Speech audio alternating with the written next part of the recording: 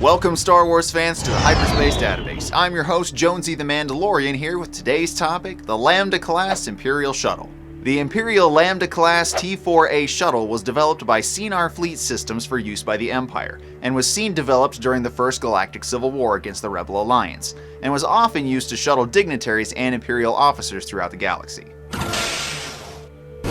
The LAMBDA-CLASS shuttle was a familiar sight to those in the Imperial military, as it was often seen with a TIE fighter escort aboard Imperial Star Destroyers, as well as at many Imperial garrisons and bases. The tri-wing inverted Y-shaped shuttle was used as a cargo transport as well as personnel shuttle, as it was capable of hauling 80 metric tons of cargo, as well as 20 passengers in its rear bay and 6 crew members in the cockpit. The Lambda is normally operated by a pilot, co-pilot, navigator, gunner, communications officer, and a chief engineer. In a pinch, the ship can be flown by a single individual, though it would be difficult for the pilot to keep an eye on all of the ship's systems at once. The cockpit is typically open to the cargo passenger area, but a blast door can be closed between the two compartments if circumstances dictate it. The Lambda shuttle was fairly well armed and armored for a personnel carrier, with 5 total double blaster cannons, as well as a reinforced hull and layered deflector shield generator to protect itself from attacks on deliveries and scouting missions.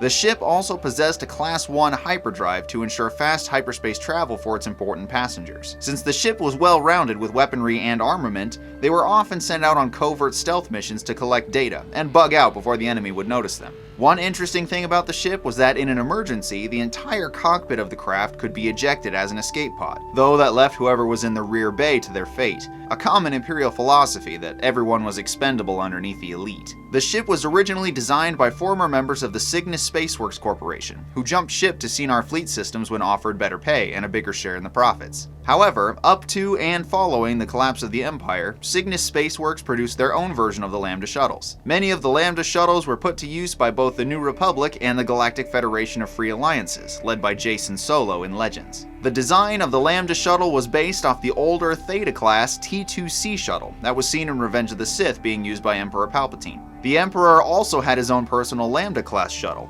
which was rumored to have extra shielding, a holonet transceiver, and a rumored cloaking device for added protection against surprise attacks. There was a model of the Lambda shuttle that was used for non-military purposes, as the shuttle Star Tour 7 was used as a civilian tour shuttle, seen in the TIE Fighter video game. Speaking of video games, the Lambda-class shuttle appears in nearly all Star Wars video games during the reign of the Empire, where the player is often either escorting captured shuttles or eliminating enemy reinforcements, like in the Rogue Squadron and X-Wing video games. And it is a primary means of deployment for Imperial forces in many of the tactical ground battle games like Empire at War.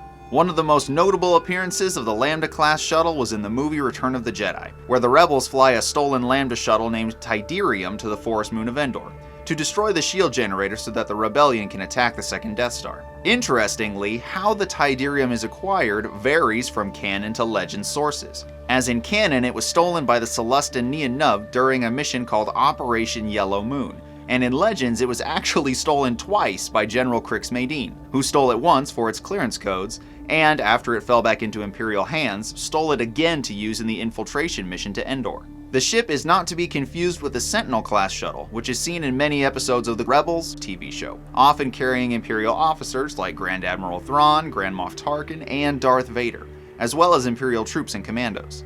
The Lambda-class shuttle is not only seen in nearly all Empire-era Star Wars games, but it is also seen in numerous Star Wars comic books, toy models, Lego sets, and more.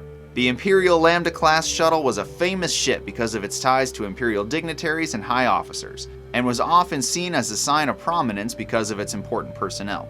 It was a fast ship in hyperspace, and with its heavy armor, shields, and many blaster cannons, it was not a ship to be underestimated, and was used to great effect by Imperial forces, rebels, mercenaries, and whoever could get their hands on this Cinar Fleet Systems classic.